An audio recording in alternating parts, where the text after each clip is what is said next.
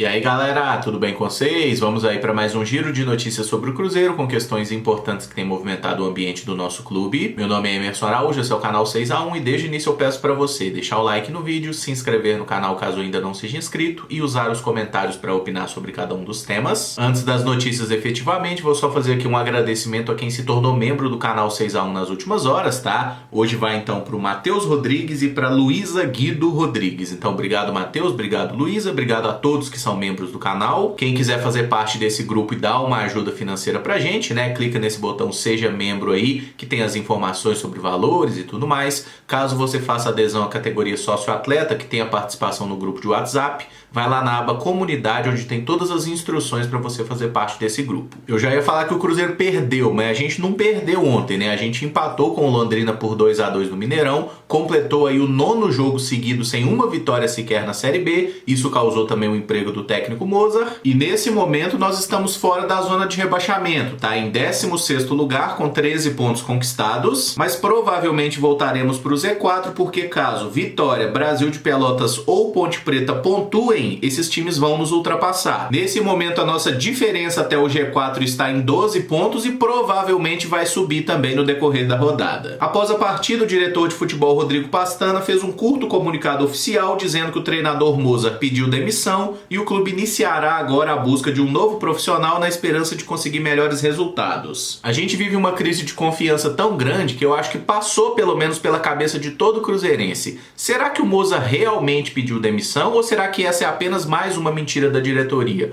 Porque a gente já tem o precedente do Felipe Conceição. O Sérgio foi lá para aquela entrevista, falou que foi como um acordo, que claramente não aconteceu, né? Tanto que depois o Felipe Conceição entrou na justiça contra o Cruzeiro e assim, o mérito ainda tá para ser julgado, mas é muito nítido. Ele foi demitido. Mas vamos partir do princípio que dessa vez a diretoria do Cruzeiro falou a verdade e o Mozart realmente pediu as contas, né? Foi ele que pediu demissão ou aceitou um acordo aí, né? Uma rescisão mútua nos casos. Eu acho que é digno da parte dele, porque o trabalho claramente não tá indo pra frente. Ele não conseguia tirar resultado nenhum desse time. E mesmo quando ele não inventou moda na escalação, as coisas não funcionaram, né? O Mozart esteve aproximadamente 50 dias no cargo e comandou o Cruzeiro em 13 partidas. Foram 2 vitórias, 7 empates e 4 derrotas, com um aproveitamento de 33% dos pontos disputados. Na prática, é como se o Cruzeiro tivesse empatado todos os jogos que fez sob o comando do Mozart, né? Foram 13 partidas e 13 pontos conquistados. Realmente não tem nenhum aspecto que a gente possa defender o trabalho do compositor, tá? Então, ó,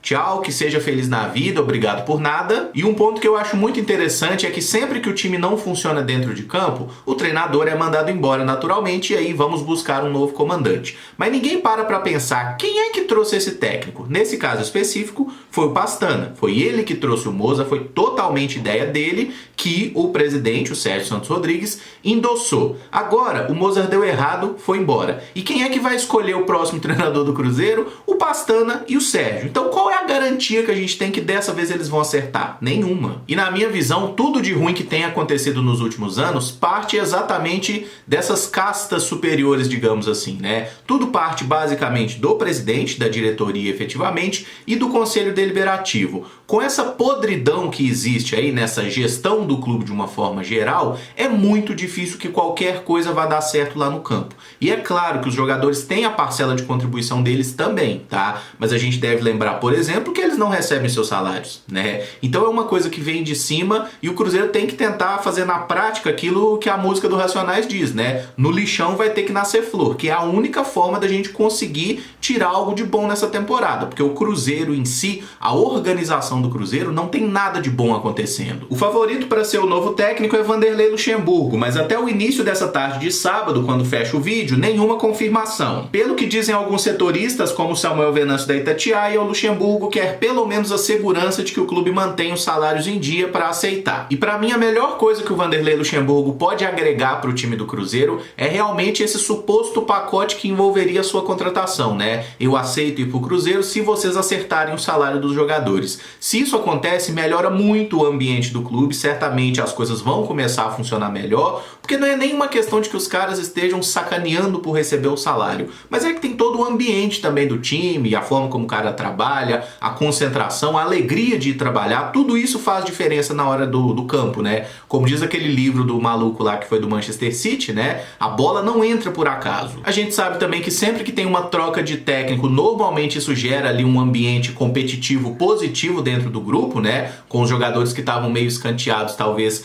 fazendo um pouco mais para tentar ter uma oportunidade com esse novo técnico. E se tem uma coisa que a gente pode elogiar o Vanderlei Luxemburgo é que ele é bom nessa coisa da gestão, né? Ele costuma se dar muito bem com os jogadores, ele entende a linguagem dos caras. Agora, na parte tática, nos métodos de trabalho, nos treinamentos, isso aí definitivamente esse Vanderlei Luxemburgo de hoje não é sombra daquele Vanderlei Luxemburgo que já foi na década de 90 e até no início dos anos 2000, né? Ele não consegue emplacar realmente um grande trabalho, montar um grande time desde o Santos em 2004, de onde ele saiu para ir trabalhar no Real Madrid. Então, assim, se ele realmente vier para o Cruzeiro, eu não tenho ilusões de que ele vai montar um grande time, mas se envolver o pagamento dos salários, eu tenho essa expectativa de que a gente melhore, porque piorar é possível, tá? Não entre nesse papo de que não dá para piorar. Dá para piorar, mas eu acho que a gente tem mais possibilidade de melhorar do que de piorar. Outro nome que agrada a diretoria é Dorival Júnior, segundo Samuel Venâncio. O treinador recebeu sondagens de outros clubes recentemente, mas recusou por questões pessoais e teria como prioridade trabalhar no exterior. Entre esses dois nomes possíveis, eu prefiro o Dorival Júnior, tá? Eu acho que hoje o Dorival é um técnico melhor que o Vanderlei Luxemburgo. Só que eu acho que essa coisa que ele sempre fala aí de problemas pessoais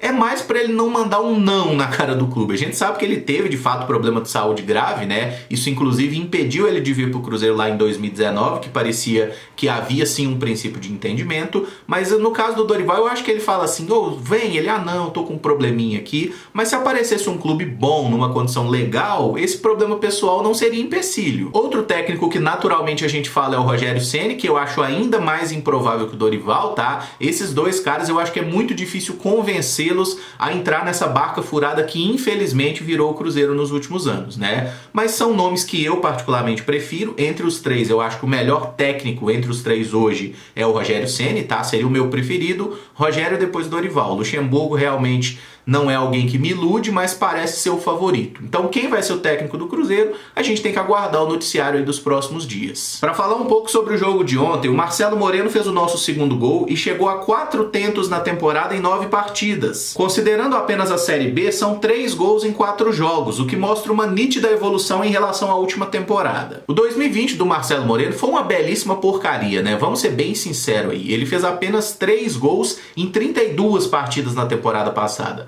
Nessa ele já mostra uma evolução, né? Já marcou aí 4 gols em 9 partidas, 3 gols só na Série B, e parece, né, os indícios são de que aquele momento tenebroso do Marcelo Moreno passou. Ele não vai fazer gol todo jogo, ele não é um super craque de bola, mas ele tem conseguido ser participativo e na hora que a bola chegou, ele guardou, né? O gol que ele marca ontem, até pela calma que ele demonstra, né? A bola chega do Bruno José, ele domina e depois finaliza, coisa que ele tinha feito também contra o Botafogo, né? Que ele bate muito mal o pênalti, o goleiro defende, ele domina o rebote e rola pro gol, é aquela coisa de um cara que tá conseguindo pensar antes de executar. E isso é muito importante, é uma coisa que eu espero de qualquer jogador experiente e que tenha esse status que tem o Marcelo Moreno no elenco, né? Ele é um cara que não pode cometer erros juvenis como a gente vê de outros jogadores. E falo pra ele, falo pra Sobis, pra Rômulo, esses caras que já têm um status no futebol, eles têm que fazer a diferença. E o Marcelo Moreno parece que tá começando a conseguir. O Cruzeiro obteve uma vitória no Superior Tribunal de Justiça Desportiva para começar a pagar aqueles 5 jogos sem torcida a partir do confronto de ontem contra o Londrina. O tribunal decidiu que a partir do momento que Belo Horizonte liberou a presença de público, a punição já pode ser descontada. A CBF pode recorrer dessa decisão porque ela, CBF inclusive, não liberou a presença de público em nenhuma competição, tá? Então nesse momento, em tese, ninguém pode jogar partidas da CBF com o público no estádio.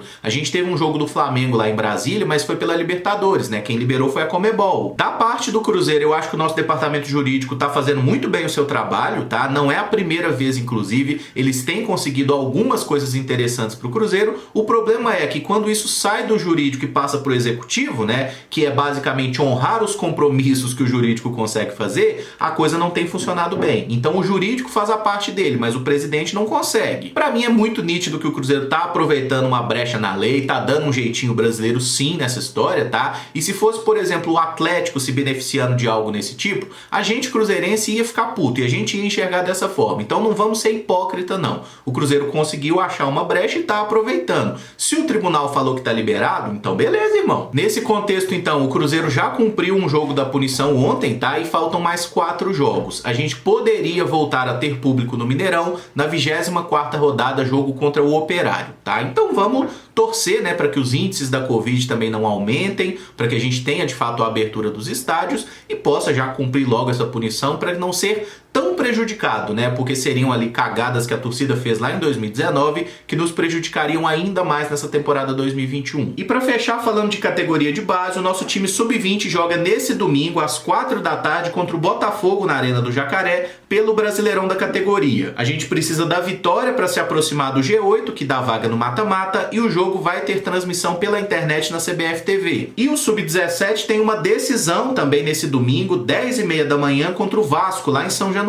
É o jogo de volta da semifinal do Brasileiro e na ida houve empate por 2-2 na Arena 6-1. E pode até ser que a gente perca, tá? Porque realmente o time do Vasco tem bastante qualidade também, mas eu garanto pra vocês que vai ser um jogo legal, tá? Que os caras vão dar o sangue, porque eles têm mostrado isso durante todo o Campeonato Brasileiro, né? E qualquer vitória lá leva o Cruzeiro pra decisão. Tem tudo pra ser um jogo muito legal. Amanhã, domingão, 10h30 da manhã, e além da transmissão pela internet na CBF TV, esse jogo vai passar também no Sport TV. Tá? Então vale a pena conferir, torcer pelos moleques aí, que o Sub-17 tem sido a melhor coisa que o Cruzeiro tem feito ultimamente. E eu encerro esse vídeo por aqui. Se você gostou, eu peço que deixe o like, se inscreva no canal caso ainda não seja inscrito e use os comentários aí para opinar sobre cada um dos assuntos. Vamos seguir no aguardo aí para saber quem será o novo técnico do Cruzeiro, né? O vídeo de amanhã vai ser aí o primeiro capítulo de uma série jogando Futebol Manager com o Cruzeiro, uma coisa que algumas pessoas pediram. Tá com uma dinâmica diferente, eu conto também com o feedback de vocês lá. E na segunda-feira a gente volta com os vídeos de notícia do mundo real, digamos assim.